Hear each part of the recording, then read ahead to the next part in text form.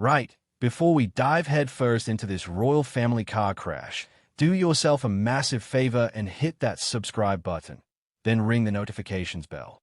UK Informate is bringing you the drama nobody else will talk about quite like this, and you absolutely do not want to miss what is coming next. So here is a question for you.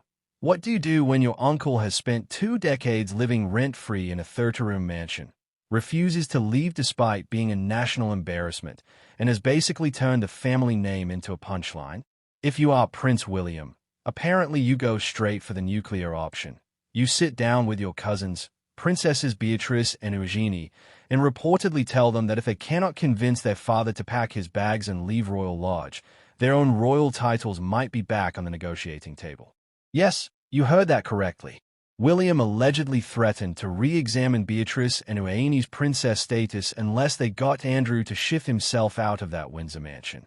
Talk about family pressure with consequences that would make your awkward Christmas dinner look like a picnic. Now, let us be absolutely clear here. This comes from reports via the Newsagents podcast, and Kensington Palace has been quick to deny these claims, insisting no such meeting ever took place. But honestly, whether William actually sat down with his cousins or not, the fact that such rumors are even circulating tells you everything about how utterly desperate this situation has become. Royal Lodge is not just a property dispute anymore.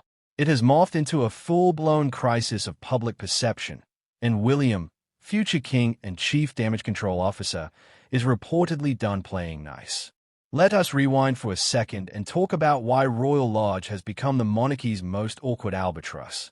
Prince Andrew has been living in this absolutely massive Georgian mansion since 2008, paying what his lease hilariously describes as peppercorn rent, literally 1 peppercorn per year if demanded. Meanwhile, the rest of us are out here getting fleeced by landlords charging extortionate rates for properties with dodgy boilers and mold problems. Andrew has been living like royalty, pun absolutely intended, for virtually nothing whilst the British public foots the security bill and watches their tax money evaporate into protecting a man whose reputation is in tatters. But here's where things get even more uncomfortable.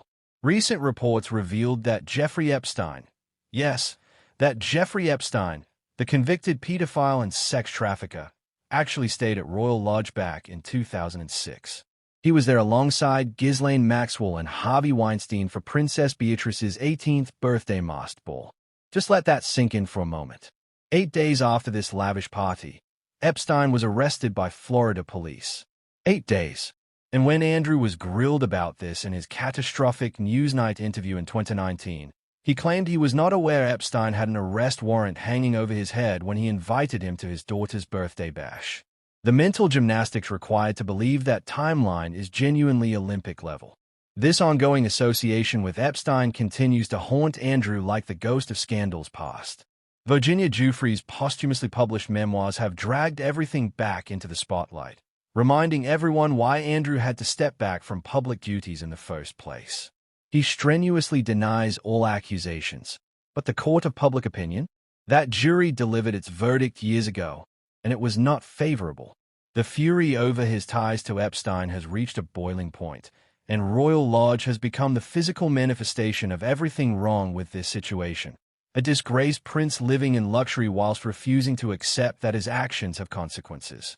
So what exactly was William supposedly threatening when he sat down with Beatrice and Eugenie? Well, their titles. Both women are currently styled as Her Royal Highness Princess Beatrice and Her Royal Highness Princess Eugenie. These are not just fancy prefixes for Instagram bias. They carry weight, status, and access to a lifestyle most people can only dream about. But titles are not set in stone. They can be reviewed, amended, or even removed if the circumstances warrant it. William apparently dangled this possibility in front of his cousins, essentially saying, "Your father's mess is becoming your problem, and if you cannot fix it, there will be consequences." Now, imagine being Beatrice or Eugenie in this scenario. Your father is an international embarrassment. Your mother, Sarah Ferguson, is also caught up in the scandal, with recently published emails showing her groveling to Epstein for money. Your family home is at the center of a very public eviction battle, and now your cousin, who will one day be your king, is reportedly telling you that your own royal status might be on the chopping block unless you somehow convince your notoriously stubborn father to leave the house he has occupied for nearly 2 decades. That is not just family drama. That is a Shakespearean tragedy with better costumes and worse PR. The timing of all this could not be more brutal. Andrew is reportedly in advanced talks about finally leaving Royal Lodge, which suggests the pressure is working, whether William actually threatened anyone or not. The public fury over the peppercorn rent arrangement has been deafening. People are genuinely livid that whilst families across Britain struggle with the cost of living crisis, a disgraced royal is living in a palace for free. The optics are absolutely dreadful, and William, who is acutely aware that the monarchy's survival depends on public support, knows this situation needs resolving yesterday. But here's the thing. Even if Andrew agrees to leave, where exactly is he going? And what about Sarah Ferguson, who has been living there too despite being divorced from Andrew for nearly 30 years? Reports suggest they have demanded 2 separate homes if they are forced out. Andrew allegedly wants Frogmore Cottage whilst Fogie has her eye on Adelaide Cottage. The sheer audacity of negotiating an eviction by asking for double the accommodation is genuinely staggering. It is like being asked to leave a 5-star hotel and responding by demanding 2 suites at the Ritz instead. Throughout all of this, Beatrice and Eugenie have remained remarkably quiet publicly, which is probably the smartest move they could make. They have largely stayed out of the spotlight, pursuing their own careers and families whilst trying to distance themselves from their father's scandals. But if William truly did threaten their titles, that silence might be strategic rather than coincidental. They are caught between loyalty to their father and self-preservation in an institution that is increasingly ruthless about protecting its image.